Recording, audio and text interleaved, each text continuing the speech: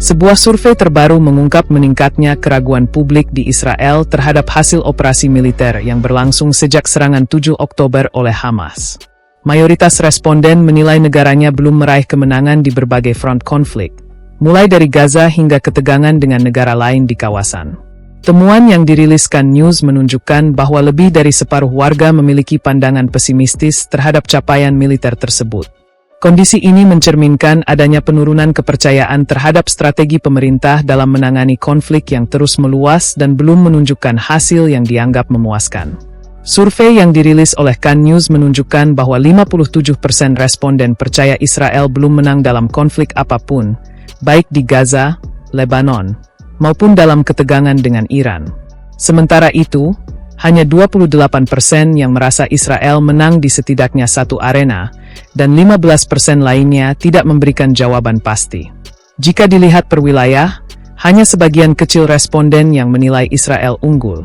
17% di Suriah, 16% di Gaza dan terhadap Iran, serta angka lebih rendah di Lebanon, Yaman, dan tepi barat.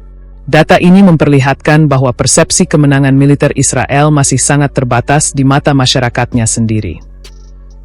Lebih lanjut, hasil survei menunjukkan bahwa mayoritas warga tidak hanya mempertanyakan hasil operasi militer, tetapi juga menuntut pembentukan investigasi.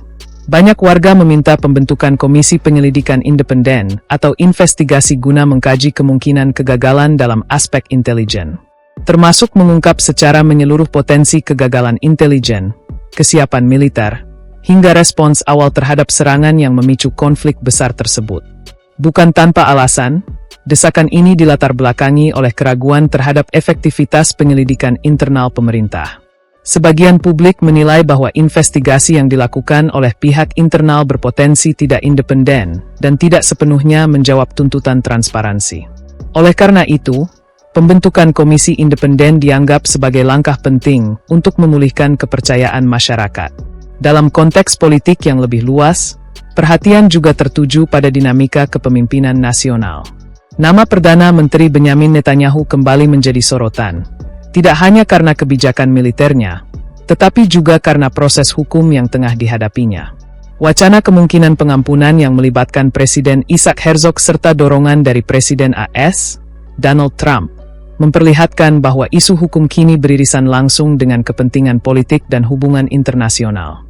Sementara itu, di luar Israel, dampak konflik terus menjadi perhatian global. Sorotan dunia internasional juga mengarah pada proses hukum yang tengah berlangsung di Mahkamah Internasional, ICJ, yang menangani dugaan pelanggaran serius dalam konflik tersebut. Proses ini dinilai dapat menjadi titik penting dalam menentukan akuntabilitas hukum sekaligus mempengaruhi posisi Israel di mata global. Dengan demikian, tekanan yang dihadapi Israel tidak hanya datang dari medan konflik, tetapi juga dari dalam negeri dan komunitas internasional.